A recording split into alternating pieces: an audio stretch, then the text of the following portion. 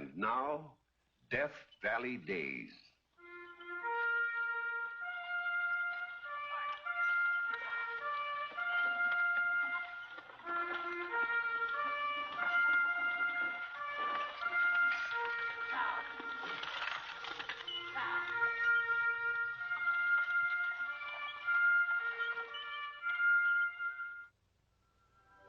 Howdy, folks. I'm the Old Ranger, and I have another interesting true story for you about the historic Death Valley country. The year 1883 saw the last spike driven in the Northern Pacific Railway. Shipments of bullion from the Montana mines began to roll eastward over the rails, while currency running into millions rolled west in the safes of express cars guarded by Wells Fargo messengers.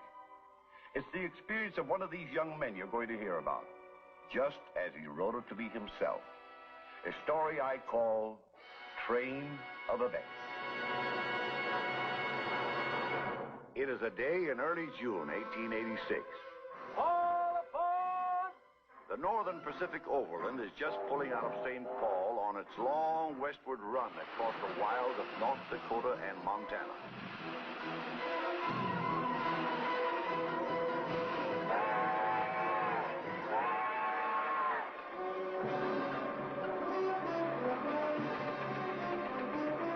Thank you very much. Are you out of your mind taking a chance like that? I simply had to take this train. My trunk was already on board. You could have stumbled and fallen under the wheel. It has all my valuables in it. There are a lot of good day to you in a sweet by and by. Which direction is the express car? Well, it's up forward, but you can't get in there. Well, I just want to make sure about my trunk. The express car is locked tight as a drum. You mean I have to wait until we reach Billings, Montana before I find out? That's 2 whole days. Well, no.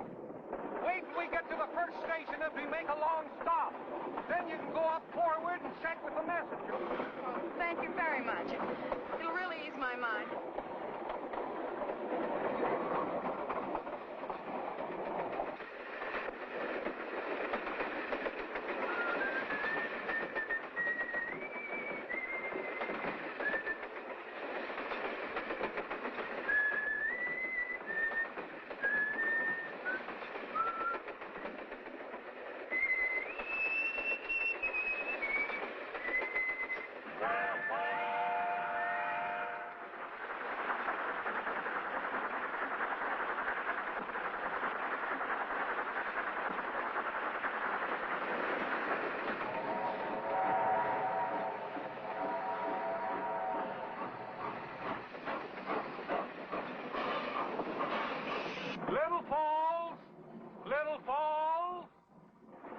Little stalls, ma'am.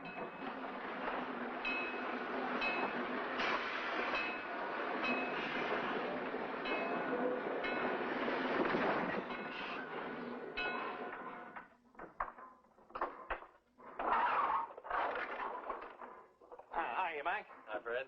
Give me a hand, will you?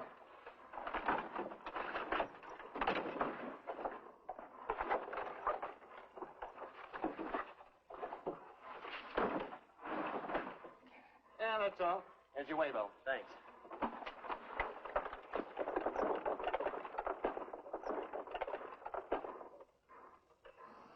Can I help you? I'm looking for the express messenger. That's me. You? My goodness, you're so young. I'm 20. I expected to find a man twice your age. What was it you wished to see me about? My trunk. I want to make sure it's aboard. I didn't have time in St. Paul. I just made the train by the skin of my teeth. Well, if you'll give me a description of it, I'll check on it for you. Well, I don't suppose I could go in the car and see for myself. No, we don't generally allow it. But you don't look very dangerous. And anyhow, you are armed.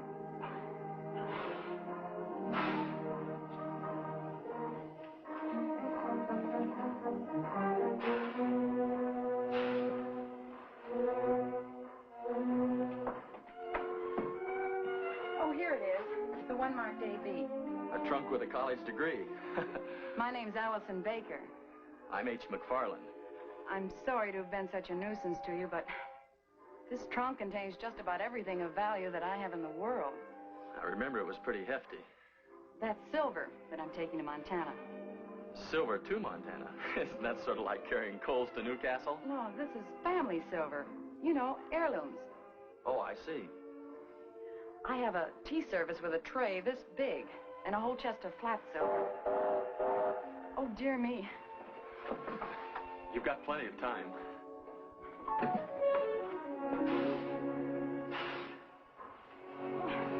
Thank you. I hope you didn't take offense at what I said about your being young. No. Well, I think it's good to have young express messengers. They're quicker and stronger. In case of trouble, I mean. Oh, there won't be any trouble, Miss Baker. Your stuff is as safe in there as it is in a bank vault. I'm sure it is, if you're in charge. All aboard! Whoa!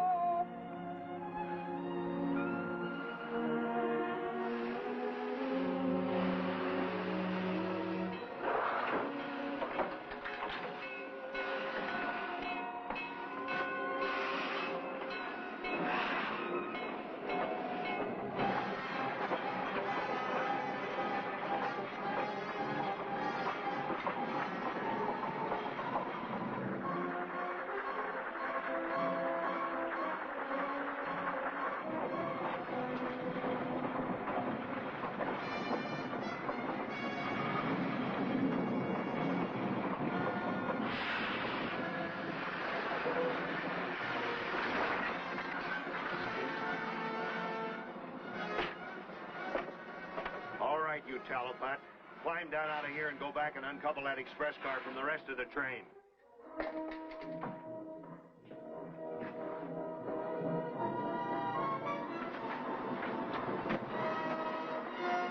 Keep him covered, Boyle. And remember, no noise.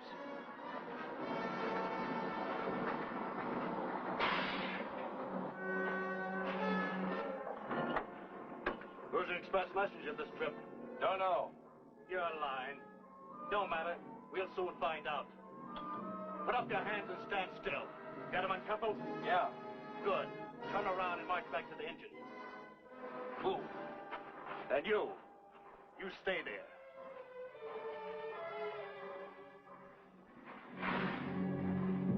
All right, pile in.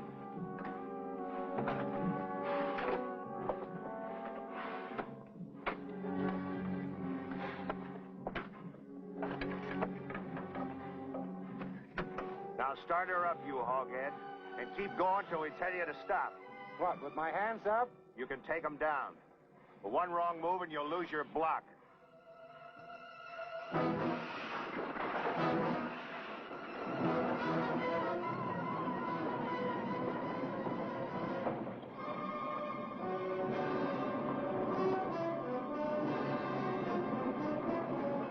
Oh, this is terrible.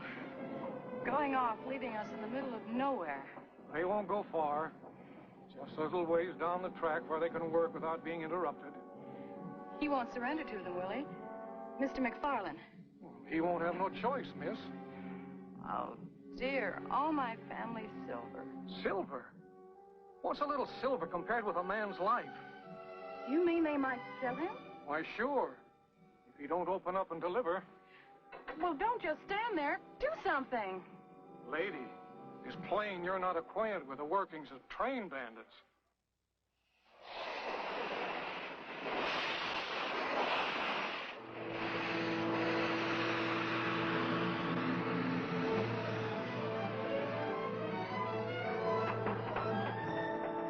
Come on, open up. Wake up in there. Who is it? The Clayton gang. Who? You heard me. Open up and jump out. We're robbing this car. Wait till I get my boots on. The heck with your boots. We've got an axe here and a sledgehammer. You open up before we count 5 or we'll smash the doors open. 1, 2, 3, 4, 5.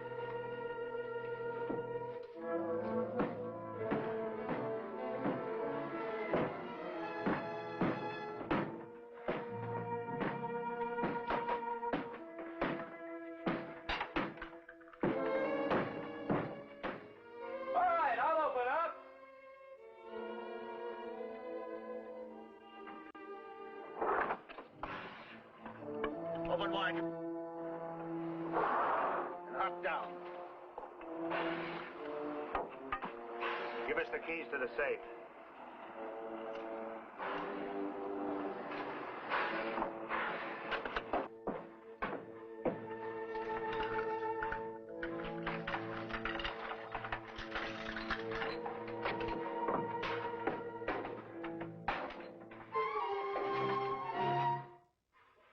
Hey, the safe's empty. What'd you do with the stuff?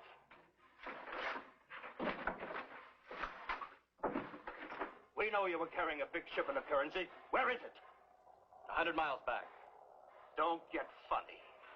I was tipped off yesterday a holdup was being planned. So I took everything out of the safe when we reached Bismarck and had it held there. I don't believe you.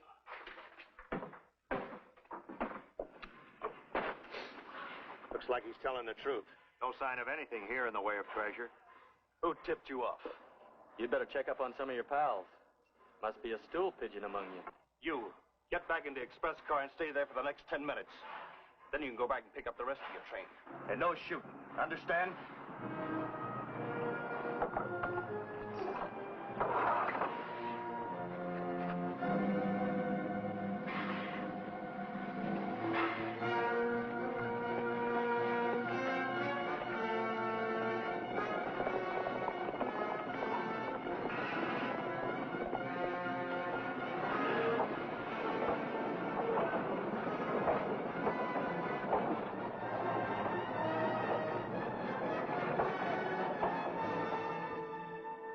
Who was it? The Claytons. The Claytons. Good gosh.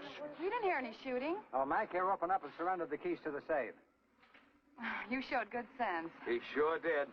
Shall we tell him, Mac? Well, no harm in it. Now the stuff's back where it belongs. Mac outsmarted him. He emptied all the valuables from the safe and stuck them in the empty sacks and threw them out of that side while they were busy hammering on this side. Well, I'll be dashed. Pretty cool work, Mac. Sure sorry about your trunk, Miss Baker. Oh, you couldn't have been expected to save everything. So heavy with all that silver in it. Did they smash it open? One end got a little smashed. Would you like to see it? Where is it? Right here in the express car.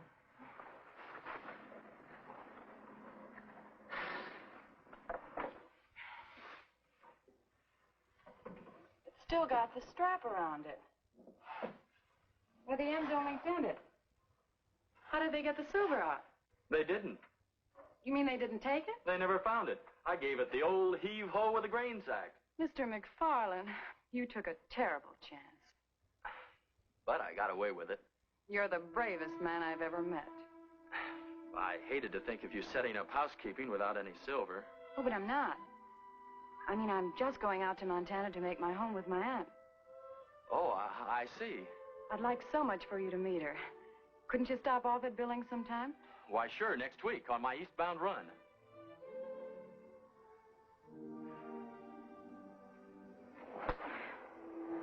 Hogwash! There was treasure aboard. That Wells Fargo fella just foxed you.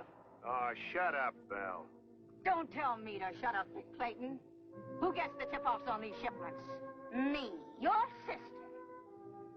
I should have rode with you. Next time I will. Who was this messenger? McFarland. Plenty of nerve. There's ways of making the best of them talk.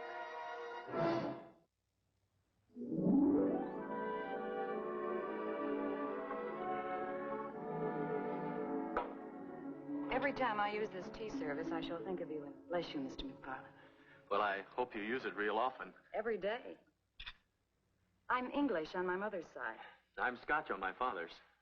Where is your home? I haven't any. Not since I was 15. You must live somewhere. Express car, mostly. Oh, Mr. McFarland, how utterly dreary. The boys call me Mac.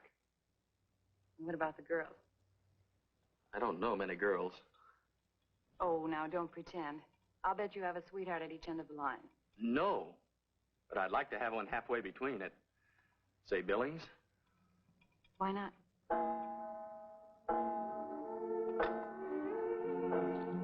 The train leaves in 25 minutes. I've got to get to the depot. I hope you're not carrying a big shipment this trip. You want the express company to go broke? Well, the Claytons might get wind of it. Oh, we've seen the last of that gang. What makes you think so? They were chased south into Wyoming. Since when? Since our holdup. A citizen's posse was formed. Anyway, be careful.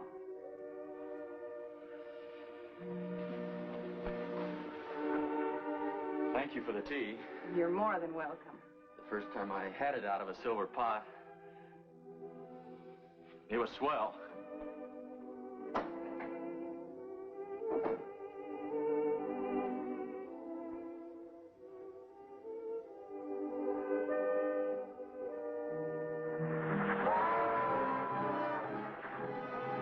Here she comes, right on time. Be ready to close in when bell flags are down. Let's hope Sister Val's got the straight dope. Yeah, we could use that shipment of 50,000 in banknotes.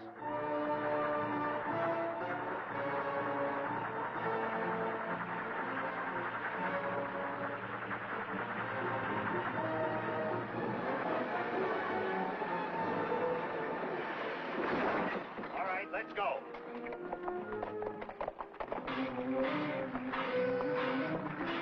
All right, you hogger, stick 'em up.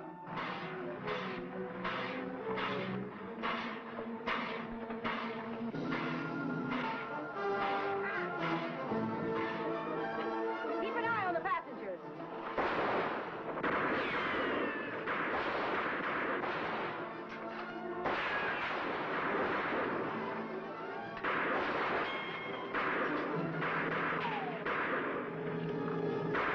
You haven't got a chance. You might as well give up.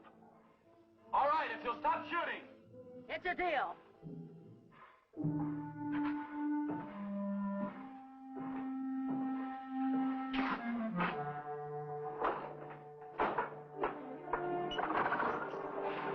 All aboard, boys.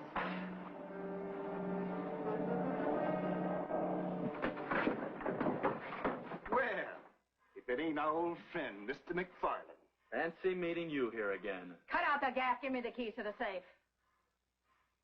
Come on. It's the big one. As you gentlemen may remember. I'm afraid you're due for another disappointment.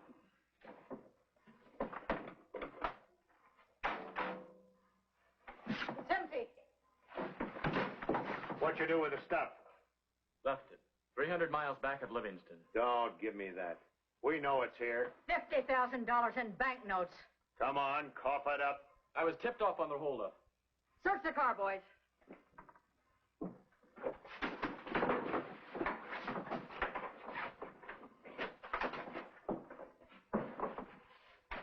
The water barrel. That's where it is. No, there's nothing here. Stand aside. I tell you, there's nothing here.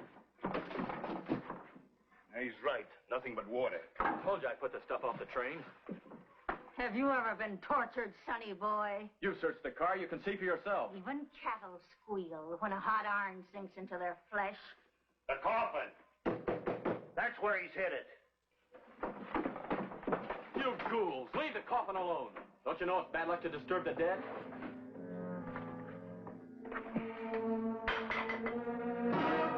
Holy smoke, there really is a sniff in there. There's a train coming. We better get out of here.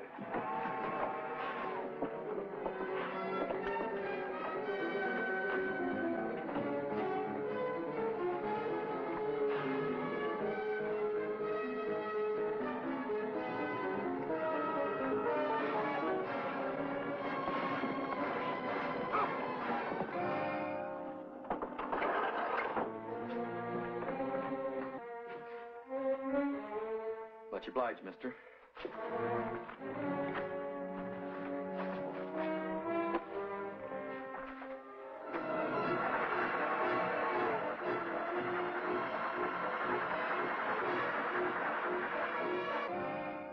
Express messenger outwits Clayton gang. H. McFarland sighted by Wells Fargo. They gave me a raise and a $500 bonus. Oh, Mac, I'm so proud of you, but I'm so scared. Scared? Of what? You've been lucky so far. And I'm going to be luckier, I hope. What with the money I'm making now and the bonus in the bank, I'm beginning to see my way clear to ask a girl to marry me. Oh, I'd worry every minute if I was married to a man with such a dangerous job. How do you think Mr. Wells and Mr. Fargo got started? As messengers. Did they get held up too? I reckon.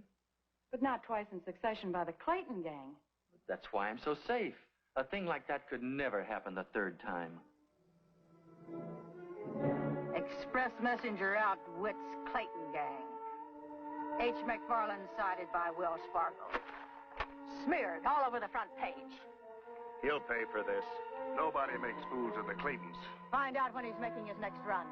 Regardless of what's aboard? Regardless. We'll hold up the train and blow that smart Electric Kingdom cup.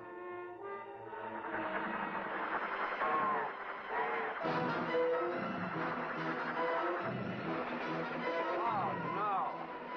Not again.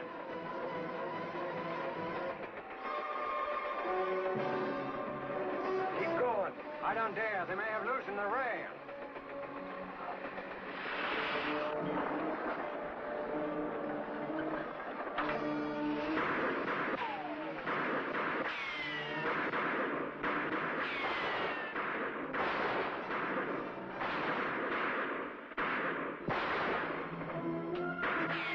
We'll get you this time, McFarland.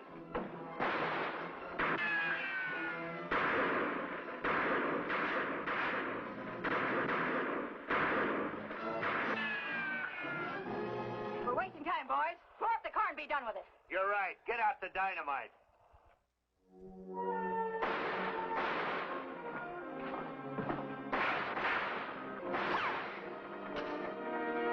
How many sticks do you want?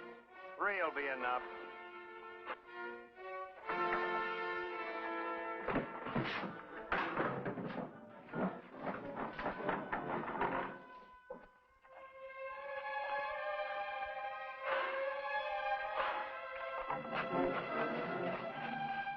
They'll be picking up the gentleman's pieces clear across Montana. And Dakota.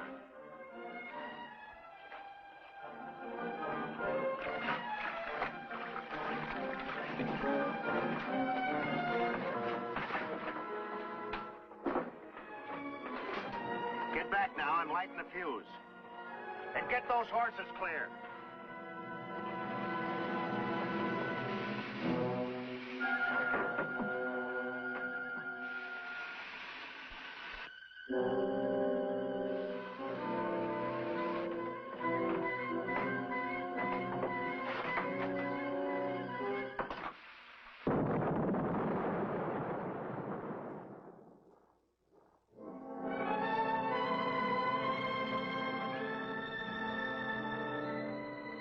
I climbed into the trunk and pulled the lid down. The last thing I remember hearing was the explosion. It woke the whole countryside, brought a posse galloping. And when they got there, the express car was in flames. The Claytons get away? Yes, scared off by the posse. What about the safe? It was blown out of the car and rescued. Wells Fargo has it now. That's good. There wasn't much in it, was there? $3 million. $3 million? You mean to say you saved Wells Fargo $3 million? Why else do you think I stuck it out in the express car? Refused to open up. Just because you're so stubborn and brave. And so wonderfully wonderful.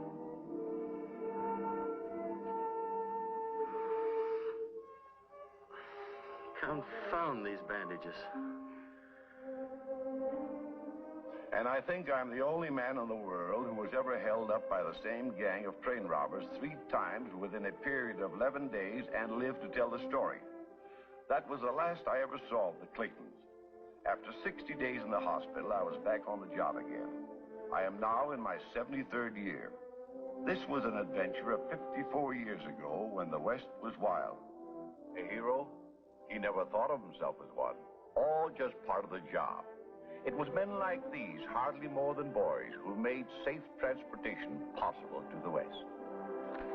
And that's the story I've just told you, exactly as H. McFarland himself wrote it to me in this letter, dated February 20th, 1941.